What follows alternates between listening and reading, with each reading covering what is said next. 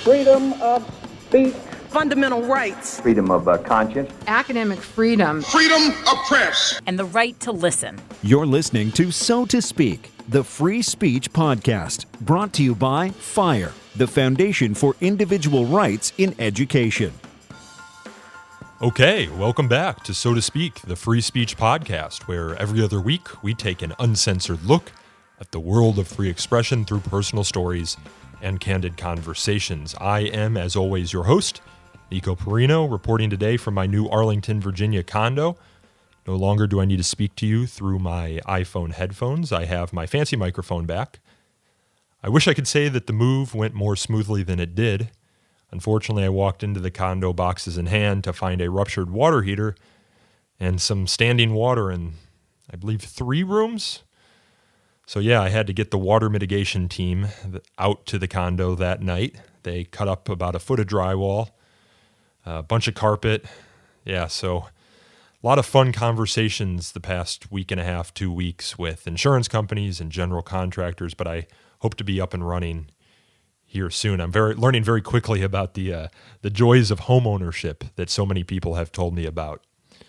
But that's neither here nor there, and I'm sure you all do not care about that, and you care about what we're going to talk about today, which is the release of The Coddling of the American Mind, how good intentions and bad ideas are setting up a generation for failure. I've talked about this book now for months, and it's finally out today.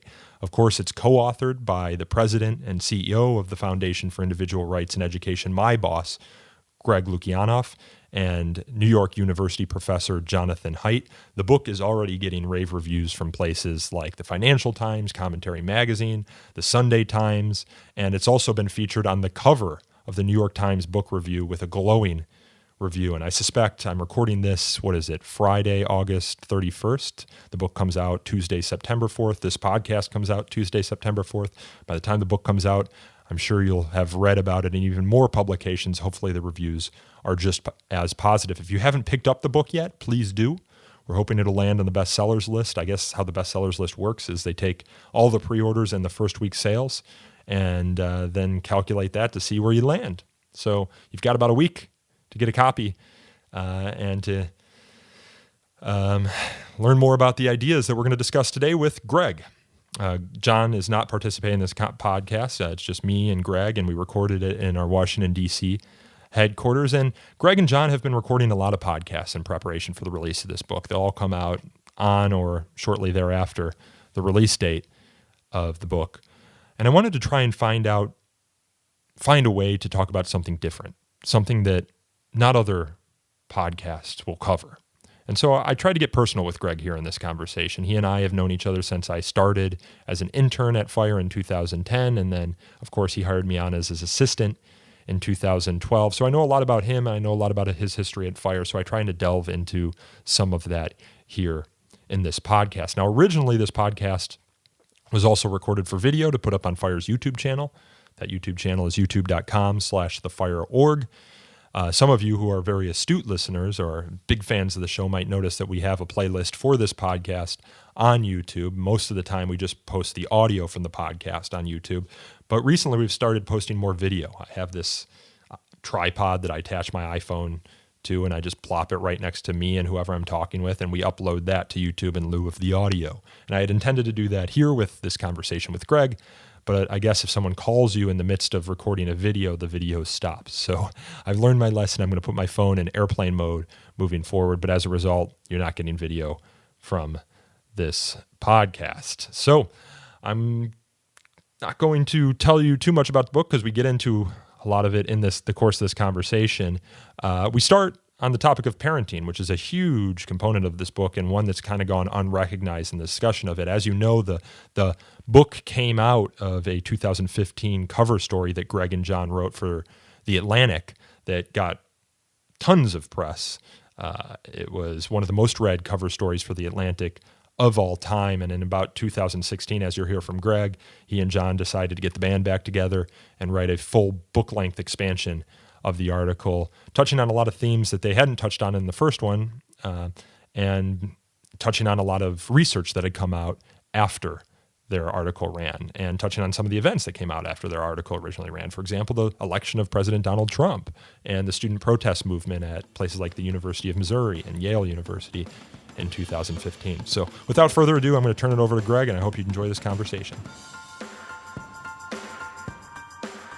So I don't really know where to begin here, Greg, because you're doing so many of these podcasts right now, Sure. and I suspect everyone is asking you the same question. No, actually, the interesting thing is there's so much going on in the book that people are taking very different approaches to it. Oh, really? Okay. I haven't seen any of it yet because you're pre-recording all this stuff. Although one thing that does come up is people really are sort of surprised by how much about it is how much it focuses on parenting. Yeah. And those are some of my favorite chapters in the whole book. So those are a real pleasure for me to talk about. So a couple interviews in a row, they really were fascinated by the chapter that we had on paranoid parenting and the chapter that we had on play, which was probably one of the most interesting things I learned while writing the book. Well, it suggests that they've actually read the book. That Yes. doesn't happen every time. I have been very pleased that it seems like every interview I've done, with one exception, and will remain nameless, has clearly read the book. And you are a relatively new father, right? Uh-huh. So what sort of books have you been reading separate from working on this, just about parenting, and how did that kind of inform your writing? Yeah. What's interesting is, for the most part, it was a good excuse to read a lot of books on parenting. While writing this book, since we knew we were going to focus somewhat on parenting, before that, I read all the basic books, the Sears books about having a baby that you'll end up reading if you ever have kids. But then for the book, there was a nice sort of overlap of my own interests. I have a 2.5-year-old who just started preschool Ben. and doesn't like it very much, Benjamin, and Maxwell, who is about to turn 9 months old. So I'm a pretty new father, and one thing I really try to stress, and it didn't make, we ended up not being in the final drafts of the book, but when it comes to our parenting recommendations for having, kids who are more free range, by allowing them greater independence, by allowing them to take greater risks, I want to be very clear. I don't think this stuff is easy. I think every fiber of parents' beings wants to really, frankly, overprotect your kids. So I'm not claiming that I think some of these recommendations are easy, but they're important, because if you have kids that don't have the experience of free play, that don't have the experience of setting their own schedule sometimes, you end up in a situation where kids don't have a locus of control. They're used to being overscheduled, and that's a formula for a really anxious, depressed kid who has been made to feel like they're not competent enough to manage their own lives. Or have someone else take care of all their problems. Yeah. And that's kind of the connection to the campus, is that if you set up an environment for a child in which all of their time is scheduled and there's a third party that can mediate any disputes, then you can expect when they go to high school or go to college that they're expecting the same from their teachers, from the administrators, right? Well, yeah. Basically, a lot of what we're arguing in the book are the negative side of otherwise seemingly positive things. And that for a long time, there seemed to be no downside to just increasingly upping your game when it came to childhood safety. And the early benefits we reaped from emphasis on childhood safety are plummeting numbers of childhood deaths due to things like car accidents or household poisons, we've actually been tremendously successful in protecting the lives and health of children. But there is at some point harm that you can do when it becomes this over-scheduled environment, when it becomes this place where you're sort of exaggerating fears to students and to children. You end up in a situation where people think they're in much greater danger than they actually are. And probably one of the more interesting sort of things that sort of coincided was Bradley and Campbell's theory of moral dependency, that essentially that the way we sort of organize ourselves morally comes in different sort of flavors and types. And the one that he sees that those authors see happening on campuses is a situation that, in contrast to a theory of dignity, where essentially where things like sticks and stones can break my bones come from, where disputes are my worth is it's inherent, right? Yeah, but also that disputes are generally handled on a personal level, not with appeal to authority. That as society has moved on, we've moved more towards everything has to be solved with an appeal to authority, and that has some really scary connotations for what the future might look like. Yeah, and democracy, for example. Yeah. I know you talk about that in the book. So how do these paranoid parents not set their children up for democracy. It definitely is one of the more interesting, discussions in the book. I think Steve Horowitz had some. We quote him at length because he's a Ball State professor who had some really interesting thoughts on this. But if you are used to the idea of it's not on me to fix things around me, it's not on my collaboration with other people, it's rather on authority to fix things for me, that's setting people up for a Big Brother type state. And it's interesting when you look at particularly books like Fahrenheit 451 and some of the dystopian ones. In a lot of cases, Big Brother is not something that is imposed on people. It's something that is initially at least requested. Yeah, you have been talking about this book, and I hope I'm pronouncing it right. Achtung Baby? Achtung Baby, Yeah. Absolutely, yeah. What did you learn from that book, and how did that influence your writing here? Achtung Baby is the book that I most regret not actually having a mention of in Coddling the American Mind. But there's a very simple reason. I read it way too late in the process of writing the book to squeeze in a mention for Sarah Zasky's great book, Achtung Baby. And it's one of these books, I told one of my friends about it, who always kind of rolls his eyes at my work. And he was just like, oh, it's one of these like foreigners do it better, like Bringing Up Bebe, which is about how French parents raise their kids. And this was about an American mother who goes and raises her kid in Germany. And she's surprised that despite sort of German reputations, rather than having this really controlled and authoritarian kind of way of raising kids, there's a great emphasis on independence. There's a great emphasis on resilience. There's real pressure on parents to not overparent, kind of the exact opposite of what you see in the U.S. And what's the most interesting, most important, some of the lines in the book are parents actually saying, we don't think this is easy. We're not claiming that it's, we want to overprotect our kids as well. But partially because of their totalitarian past. And they're very aware of the fact that conformity can be sort of instilled very young, and partially as a way to keep democracy vibrant, that they take very seriously the idea of cultivating an independently minded, resilient, autonomous generation, making a very direct connection between play and freedom as a child and democracy. When I was growing up, I lived near a river, and I grew up on a block with a lot of other people my age. And I remember I'd wake up in the morning on the weekends, and I would go onto the block. This was before people had cell phones, especially kids had cell phones. I was about 10 maybe. And my parents wouldn't know where I was until it was dinner time. And if I wasn't home by dinner time, they didn't freak out. I was just in trouble because I was late and having too much fun and wasn't home for like the one thing I needed to be home for during the day. But I'd go play by the river in the woods. There'd be strangers walking past. It'd be a park. And I don't have kids, so I'm not as familiar on how kids are raised today, but I just get this kind of cultural sense, this zeitgeist, that when I'm a parent, I don't know that I'll have the courage to let my kids do the same thing. Yep. Just because of the connected nature of society nowadays. I don't know, like, I don't go a day without knowing what my girlfriend's up to, or without her knowing what I'm up to. Sure. The idea of my child, who I'm responsible for. Just running around. Yeah, I was just running around. So there's like, I just think the way that technology's advanced and the sort of social dynamic now makes it a lot harder, even though I understand intuitively why letting your children have freedom is important for them, their development, for their being able to mediate disputes. We would play capture the flag, and there'd be an issue with the game. We didn't call our parents to help figure it out. Right. I mean, we'd figured it out on the block, sometimes with fist fights, other times with words. And if you told anybody, that was snitching. Yeah. And it's kind of funny. And one thing I want to be very clear about, because it sounds like what I might even respond to this part of the conversation, is these old guys want the golden age back. And I have to say this, if I had to pick a year to live in, it would still be now. Possibly 20 years from now. But in the past, Haidt made a good argument for maybe the 90s. The 90s were pretty cool. We remember that. But for me, I would still choose to live today. That being said, we still have to deal with what I call problems, and what we call in the book problems of progress. And one of the things that is kind of predictable is that when we have technology to track our kids, we're tempted to track our kids. We have more time to pay more attention to our kids, we pay more attention. When we have fewer kids, you invest more in them.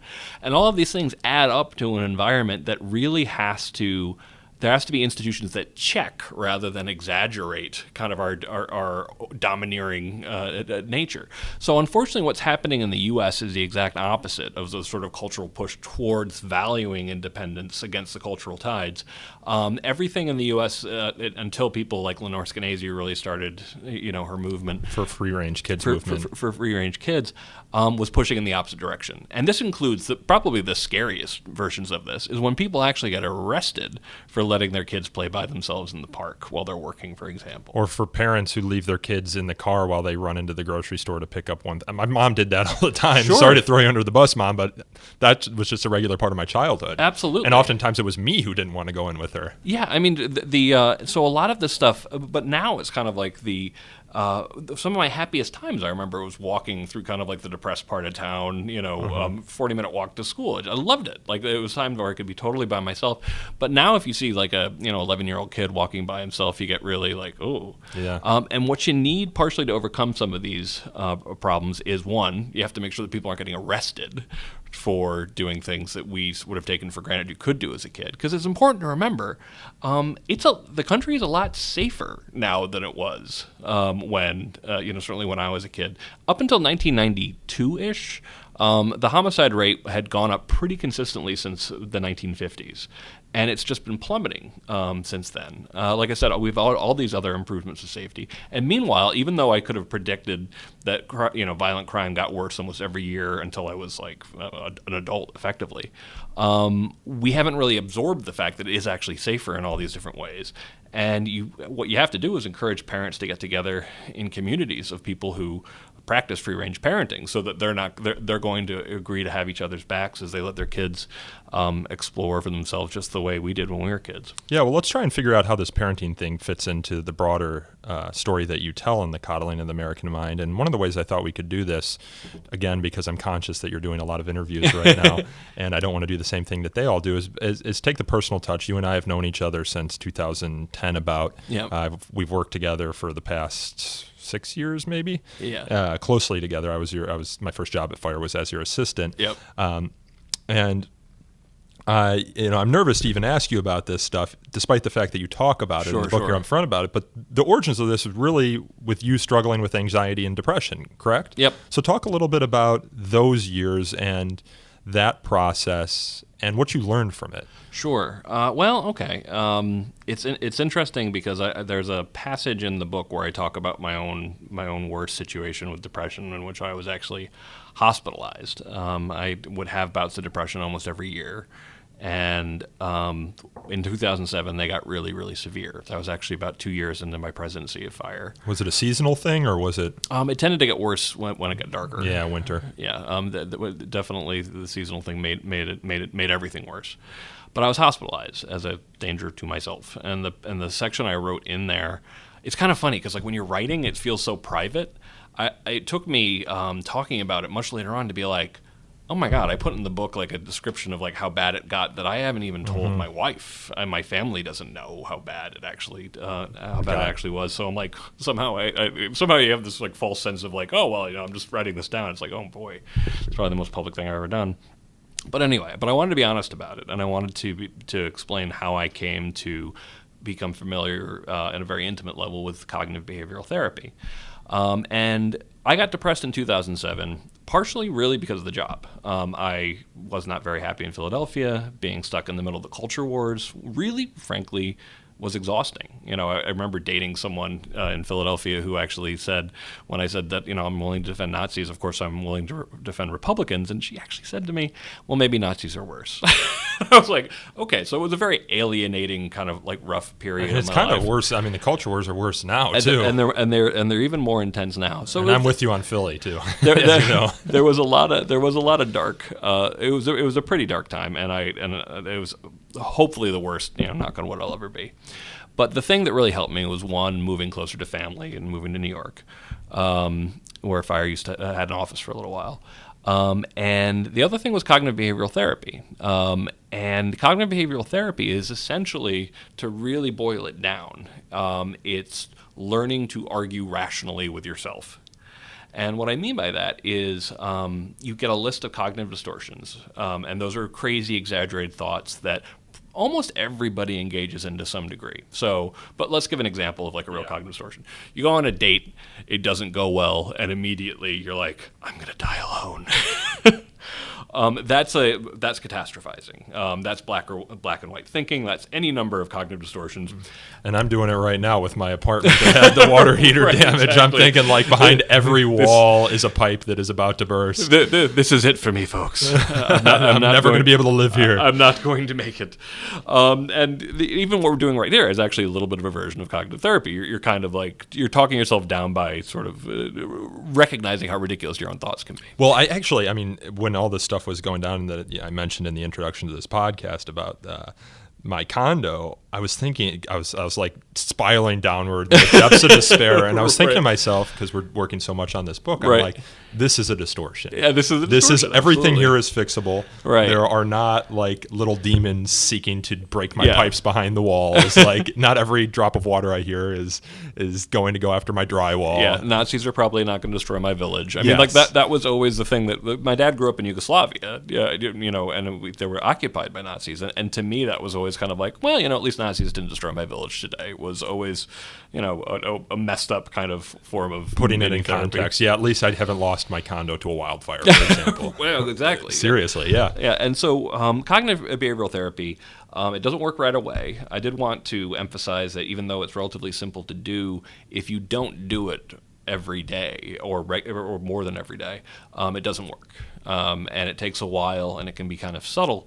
But pretty much since, maybe 9 months of really intensive cognitive behavioral therapy, for the first time, I in years, I felt good again. And it's prevented me from going into any depression anywhere nearly as deep as I did in 2007. So it wasn't the time that that 9 month time frame that really helped you. You're confident it was cognitive behavioral therapy because you haven't had the same sort of relapses that you were having before. Right, because when I get the I feel it's approaching, I'm better able to fight it off. Yeah, essentially, and it does still happen. And I have had some, but nothing nearly as bad. Partially because I have better mental habits because of it. Now I'm doing all of this stuff while at the same time I'm working for free speech on college campuses, and I was like, it's kind of funny. I'm being taught not to engage in all this sort of exaggerated thinking of, that I'm in tremendous danger, or what's called overgeneralization and labeling, binary thinking, all or nothing thinking. And meanwhile, I'm dealing with case after case where it looked like campus administrators were behaving in all of these ways that kind of modeled distorted thinking. Like the famous case, actually, it's good that we have this here. It's a poster. Long story short. A professor put up a quote from the beloved sci-fi show Firefly. I'm a huge fan, that only existed for not even a full season, at a university in Wisconsin. And he got into trouble with the administration, and we had to get involved in this case. And that was a perfect example of catastrophizing. No reasonable person could really have looked at the circumstances involved in this case, which we have a video of, by the way, up on the Fire website. That was still one of my favorites that we ever did. Yeah, so you can see the poster Greg's pointing to right now. Yeah. It's red with who's that guy? Oh, Nathan Fillion? I'm like, well, what do you mean? Who is that guy? Yeah, Nathan Fillion. Good Lord. What did they teach you in high school? I don't know. I don't even know who Captain America is. I'm a lost cause. Which one? Anyway, sorry. So constantly, whether it was in speech zones or so many free speech controversies, it seemed as if university administrators were trying to teach this exaggerated kind of way of thinking to students. Not intentionally, but just by kind of modeling the behavior. And there's good people, that there's bad people, that if speech exists outside of this free speech zone or outside of the scope of their something control, terrible will happen. The sky will fall. That's one of the things we point out about free speech zones. There's something like 1 in 6 colleges have them, and those 5 out of 6 who don't, it's not like the sky has fallen because they've eliminated their free speech zone. Yeah. And I have to say this over and over again. It's gonna be okay if people are allowed to hand out leaflets all over campus. You will actually survive that. But for most of my career, as I always have to say, the students themselves were usually the best constituency for speech. And they didn't seem to really be buying what the administrators were selling when it came to this kind of exaggerated sense of threat. Now, to be fair to administrators, some of that actually comes from just plain old ordinary fear of legal liability, which is, of course, risk management. Lawyers' faults, which I know that lawyers distort. I'm a lawyer, and we create all sorts of problems. Well, that's one of the connections to parenting, too. I mean, one of the reasons that the parents implement these sort of systems of control is because they're worried about the risks of their children as well. I mean, just in the same way, parents now, because of the expectations, have negligence risks in a way that they didn't in the 70s. But, campus administrators, campus safety administrators are worried about the risks to students that might come from a hurtful word cast in the wrong direction.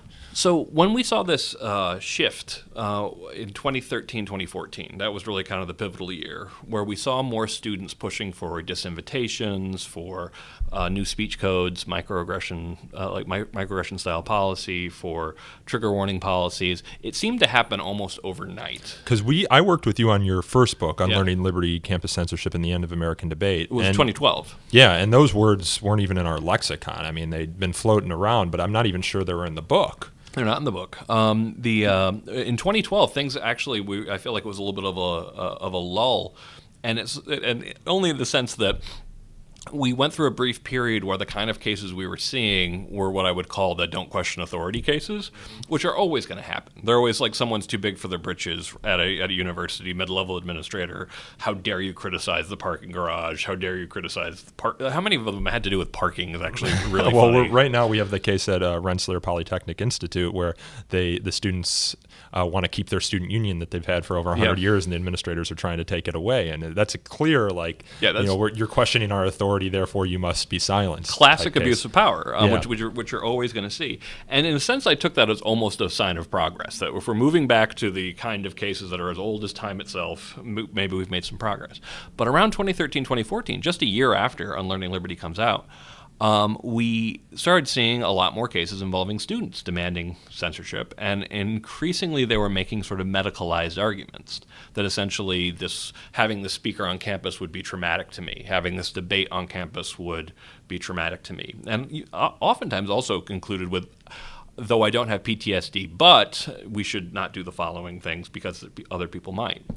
And this was such a fast shift that we noticed both at FIRE, and some of my other friends who kind of like monitor the culture war noticed it too. I went to talk to someone I had recently become friends with, Jonathan Haidt, because he wrote this great book, The Righteous Mind, but also more importantly, The Happiness Hypothesis, in which he talks about cognitive behavioral therapy as being incredibly effective. That meditation were the two of the most important interventions. And I just said, it's like, I told John, we were having Indian lunch, and I just told him, about this idea, which I kind of thought was interesting at best. And he was like, let's write an article about it. I was like, sure, that would be amazing. And what year is this, 2013? But by now we're in 2014. Okay. And in 2014, we started working on the article that eventually became an article that came out in August of 2015 called Coddling the American Mind, in which we expanded on this whole sort of cognitive behavioral therapy lens on what's going on campus. And it was on the cover, The Atlantic. On the cover. It was one of its most read cover stories of all time. Yeah. It wasn't the title you wanted. It wasn't the title I wanted. I've never been a big fan of the title. I wanted arguing towards misery. I wanted disempowered, partially because people see Coddling of the American Mind and they think, you're saying people are spoiled. And it's like, actually what we're saying is overprotection can have negative consequences. But so both times I lost kind of like... you and I disagree on the title. I think actually the verb to coddle or coddling is a perfect descriptor of what's happening. But it's a question of agency, and what you guys talk about in the book is something that's happening to people unbeknownst to them. Done to them. It's not necessarily that students are requesting they be coddled, though that happens in some cases, of course. So I think it's a good word for it. Right. It's just being people who haven't read the book or aren't reading it in good faith kind of use it to say, older guys, generational warfare, yada, yada, yada. And and that's, no matter what we called it, we were going to run into some flack for it. Yeah, But I know you're sensitive. but the article was actually surprisingly well received, even though we were talking about some sacred cows of the university. And John and I were kind of like, oh, great. We wrote a popular article, a much better response to it than we ever expected. Many more people read it than we ever thought possible. And we felt like our job is done here.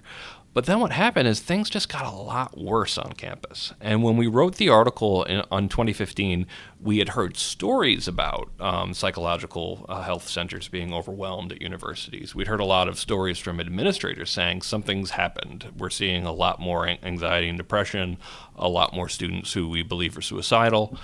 But it wasn't really showing up in the data. What we should have done, what Hyde and I should have done, was look into the data for high schools at that time. And what we would have discovered was that the 2016 incoming class of students, the data that we had for 2016's incoming class, absolutely dramatic increase in anxiety, depression, and suicide attempts for incoming students, even just from 6 years earlier. A very dramatic discontinuity that was disproportionately also, by the way, affecting young girls and women. And I remember when this was the first disturbing finding that we found as we were getting ready for the book. And I remember John saying, like, well, it looks like we were onto something. And I remember just feeling like, I kind of wish we weren't. This is kind of scary news. So the book Coddling the American Mind is overwhelmingly, how do we figure out what happened? Why was the class of 2013, 2014 so different? Why is there so much more anxiety and depression?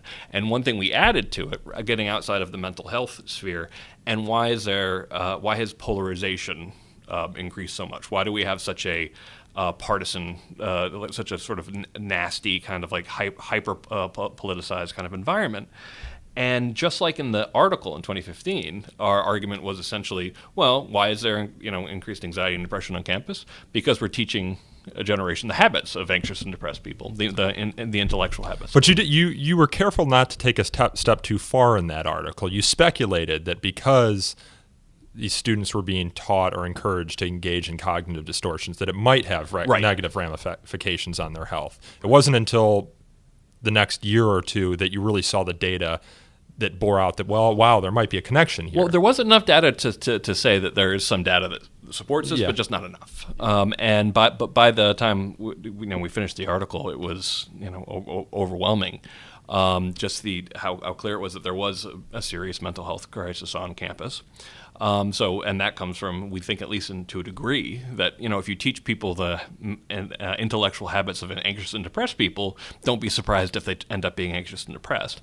But at this time, there were also all these articles coming out about how college mental health clinics or student services clinics were just being overwhelmed by requests from anxious and depressed students. And one of the things that I suspect you'll get pushback from in the book, but that I know you have a good response to, is, well, mental health doesn't have the stigma it used to have. People know how to report it now, but there's also a rise in self-harm and suicide attempts, which suggests it's not just reporting. It's more people are attempting suicides. They're engaged in self-harm. I think the suicide rate for girls and women doubled. That's not something that just comes from reporting. Yeah, one of the things it was astounding to me in your book, and I think it's the chapter that most struck out to me as being like, holy cow, was seeing how cell phone use or social media might be affecting women, because men take out their aggression, according to the research, in different ways than women might. It's often physical, but for women it's video games. Yeah, or video games. But for women it's emotional. And if you're gonna put the gun in the hand of somebody who takes out their aggression in a physical way, then you might know what will come out of that. But what could you put in the hands of women that might supercharge their aggression? Social media, smartphones, and that was like a holy cow moment for me. Yeah. Well, and I mean, the way I try to explain it to people who are skeptical is just imagine the absolute worst things you remember from junior high school, and then imagine them 24 hours a day forever. Yeah, mean girls with smartphones. For absolutely forever. And so all this was, researching this was, I learned so much in the process of researching this book. But the factor that we added to our analysis was polarization. And we have lots of theories on how this got worse, lots of good data that shows how we increasingly live in communities that are more isolated. And what happens when you're more politically isolated is people tend to get more extreme. But what we've seen in the past, particularly since the election of Trump, it's as if you have this sort of echo chamber of higher education and this echo chamber, of at least to some degree the alt-right. And these two echo chambers were kind of not touching each other for a while, and suddenly they're overlapping, and the result's pretty ugly. Yeah. How did you come to that polarization thread of this argument? I think because you talked about that in Unlearning Liberty. In Unlearning Liberty, yeah. I think one of the things that made me really want to write with John was the fact that we both had an interest in cognitive behavioral therapy. We both had an interest in polarization. Like John writes actually a fair amount about political polarization, and it just seemed to get worse, visibly, almost every year since I started my career in 2001. Because when I look at what the culture war on campus looked like in 2001, it wasn't the sort of stereotype of conservatives on one side and liberals wanting speech codes on the other. But as the years have gone by, it's as if this sort of like exaggerated version of tribalism that people thought was true when I started my career in 2001 kind of has become true, a weird and unfortunate self-fulfilling prophecy. Yeah. The other thing that happened in 2005 that I suspect had something to do here was the student protest movement sort of ratcheted up to a degree that we hadn't seen at Fire. You mean 2015? 2015, okay. Yeah. The protests at the University of Missouri and over at Yale, which I know you're intimately familiar with, Sure. And all these other campuses. Yeah. The 2015 protests were interesting for Fire because for most of our career, the main complaints we heard from students about their fellow students was apathy. So we were actually kind of pleased at some level to see students coming out and protesting and exercising their free speech rights. It became a lot more mixed, though, when on a lot of those campuses, the students were using their free speech rights and First Amendment rights to protest on restrictions to other people's free speech rights and First Amendment rights, and also to get, in some cases, professors, in some cases, administrators fired for what would be clearly protected, in some case, even well-intentioned speech. With Nicholas and Erica Christakis. Oh, and Dean Spellman, which we talk about her case at length in the book. So it was an interesting time to be a First Amendment, a free speech person on campus, because you were like, okay, I really psyched that we've got some activist students taking advantage of freedom of speech, but when you're also trying to get a newspaper shut down for running an op-ed, you have the right to make that argument, but we do not want you to succeed. Yeah, when you're exercising your free speech rights to for censorship. To oppose free speech. Yeah. And also at the same time, John had started Heterodox Academy, which is focused on viewpoint diversity in the academy, sort of a long-running interest of his in the field of sociology. Now, one of the most interesting things in that was that it's not like there's been any meaningful secret that universities tilt one way sort of ideologically.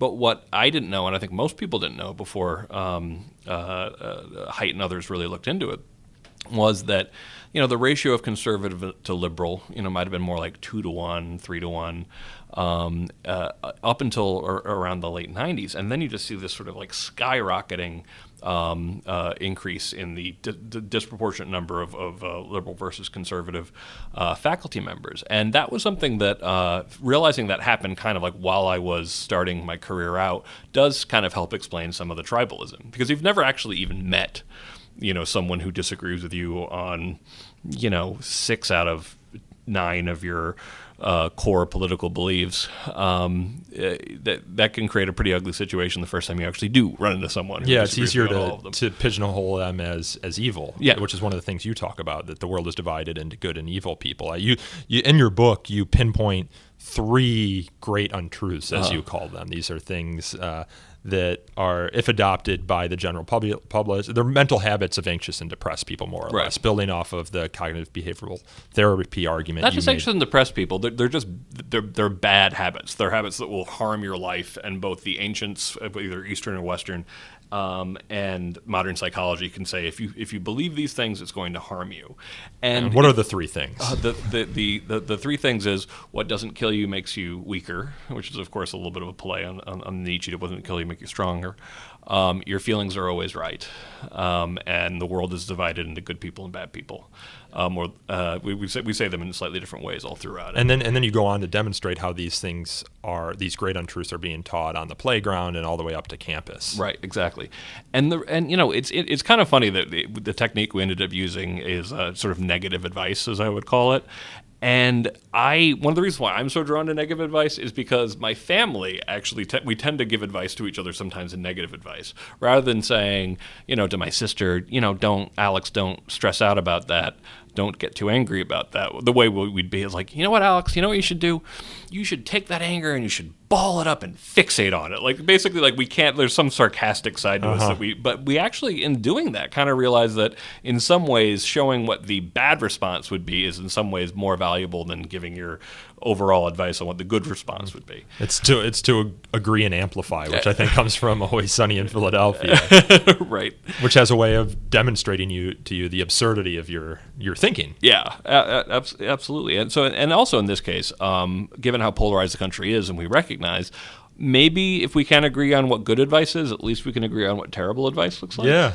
So that's the approach of the book, because nobody, the most seductive one is your feelings are always right, because that sounds intuitively right to some portion of the population. It definitely doesn't sound intuitively right to me, but to other people, they're like, well, follow your heart, kind of like a romantic kind of idea of, sure, your feelings are always right. And that's an argument you see on college campuses a lot now. They speak as though, like, I'm speaking as, this sort of person or that sort of. I'm speaking as a woman, speaking as a person of color, and then the argument proceeds to be an emotional one, right? That only someone in their position could understand, right? So that sort of argument does have cachet, yeah, in certain circles now, and that's why it's probably going to be one of the more controversial arguments in there, because we call this the great untruth of emotional reasoning, but that's the one most tightly connected to the whole cognitive behavioral therapy kind of theory. Because part of Stoic philosophy, is to learn to sort of talk back to your own tendencies. CBT is exactly that. In Buddhism, a lot of what you're trying to do is to essentially create space between you and your own thoughts, to understand that you are not your thoughts. It's always kind of hard to explain. And at the same time, if you look at the way we kind of argue now, just the fact that you are offended, for example, the fact that you're offended, that's a statement of an emotional state.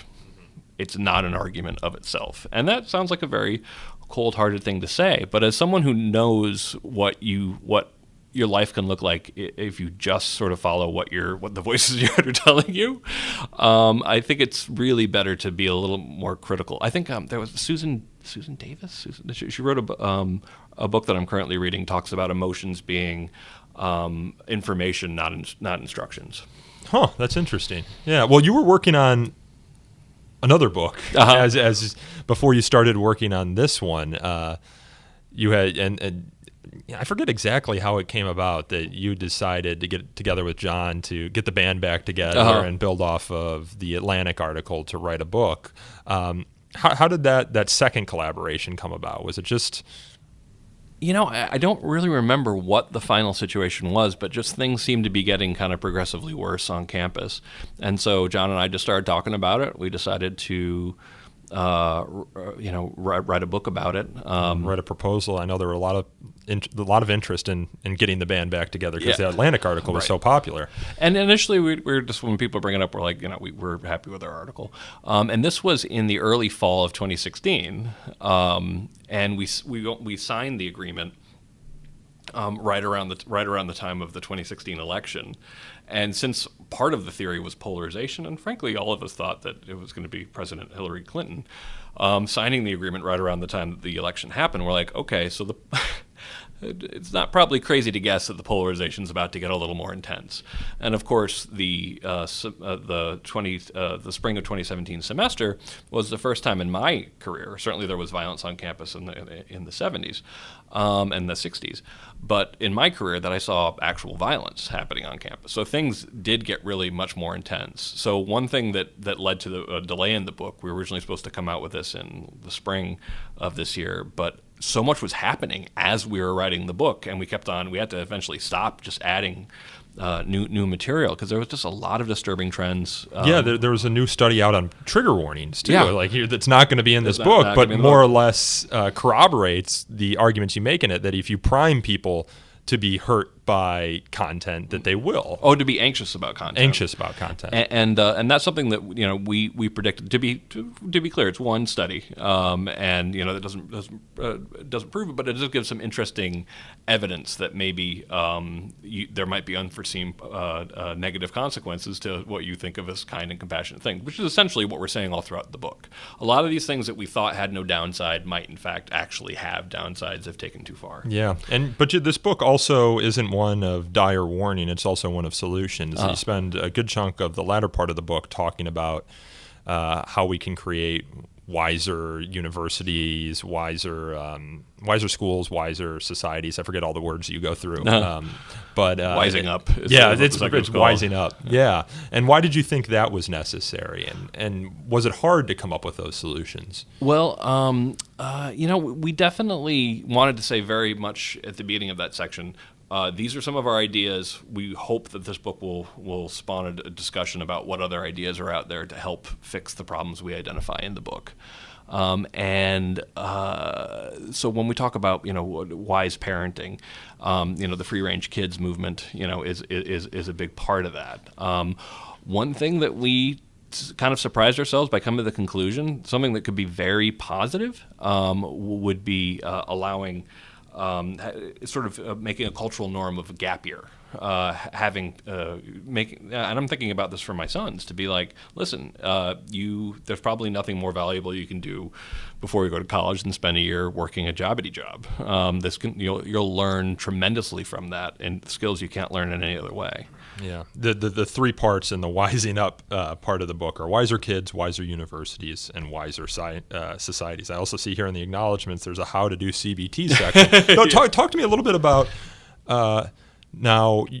You aren't a psychologist or a psychiatrist. I'm a hobbyist. Yeah, you're a hobbyist. You were someone who used CBT, so Yep. you do have some personal knowledge of it. But how did you get the information you needed to write about CBT in a way that wouldn't piss off the professionals? Well, okay. So one person I always like to do a shout out for is that my joining us some months into the project is my chief researcher, Pamela Paretsky. She has a PhD in psychology. She was really interested in the Coddling the American Mind article, and she was tremendously helpful as we went through tremendous amounts of psychology research. My executive assistant has a BA from Yale in psychology as well. So it was nice that partially because we wrote the Coddling the Mind article, people wanted to work with us that could really help. Mm-hmm. We also talked to a number of experts about cognitive behavioral therapy in particular. Robert Leahy, who wrote one of the great textbooks on cognitive behavioral therapy, was incredibly helpful to us when we were writing the book. And I was sending him emails a lot, being like, "Am I saying this right?" So far, we ran everything we could by as many experts as possible. Yeah, we're recording this now 6 days before the book comes out. What is today, the 29th? And so far, there have been a couple of reviews trickling in. Yeah. Financial Times commentary, the cover of the New York Times book review. I'm missing it. There's a couple of the Sunday Times. There's been a couple of publications in the UK, and I've been surprised by how many of the reviews are positive, given a lot of the cultural hot buttons that you touch here. Yeah. And the interesting thing too is, it seems like these people have given it a thorough read, and I think a lot of people expect a book about free speech. Yeah. Given the work that you do and some of the things that John is talking about, but it's really not. Yeah. It's really about parenting. What are you expecting? Well, parenting and also the situation on campus. We talk about some real horror stories on campus. So free speech is in there, but definitely people who are familiar with my work just assume this is going to be another First Amendment book, and it's like, no, this is much, in my opinion, also so much deeper and so much more interesting, and why it's such a pleasure to get to work with people like Haidt and Pamela and Eli. The critical reviews, I suspect, will come, because I think this will be a high profile. Where do you think the most controversial notes in your book will be, or is it kind of hard? You never know. I mean, being president of FIRE. You both talk about how intersectionality fits into this a little bit. Yeah, that's true. So the identity politics was something that I was, of course, like, do we really have to get into that? But given how much of the arguments on campus in the past couple of years seem to be so wrapped around different aspects of intersectionality and identity politics, we realized we kind of had no choice.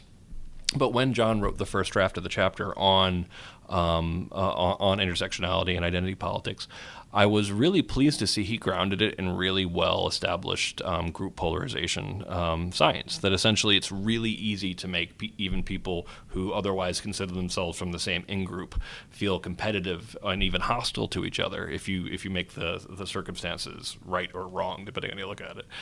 Things as trivial as taking a room full of people and giving some people blue shirts and some people red shirts can suddenly make the red shirts feel like a little bit hostile to the blue shirts, or at least less empathy for them. So the fact that he really grounded it in stuff that we know, I think it's safe to say we know, can make people hostile to each other, and emphasizing the fact that we're doing some of these things on campus that create a sense of an increased sense of sort of division, and then wondering why people feel so divided. Yeah. So this is not a book about me, right? Because I'm a millennial. You two draw a pretty thick line between millennials and what a generation you're calling iGen, which is where did that phrase came from? It's Gene Twangy's term for it, and it's basically like parallel to iPhone.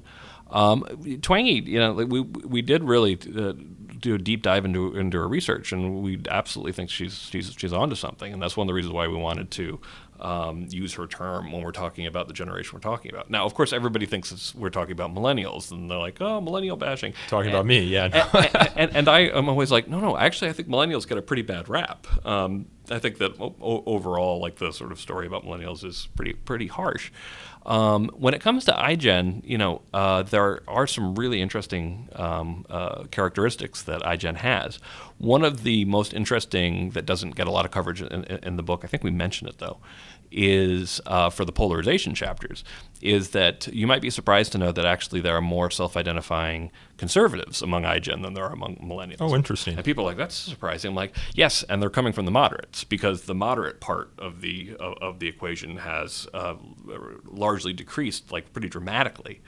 So the same kind of polarization we're seeing in the rest of society is actually, characteristic of iGen. Well, the first iGeners would have entered college right around 2013, 2014, when you started to notice this rise and this different sort of discussion about speech on campus, the medicalization of speech on campus. Yep. And it's this year, next year, where they'll be entering our corporations and our businesses and the broader society. So you make some predictions in here, or you suggest some predictions in here that I think the broader community that is not the iGen community will start to be able to see if it bears out. Yeah, if anybody thinks that some of the problems they're seeing on campus are going to stay on campus, they're kidding themselves. Yeah.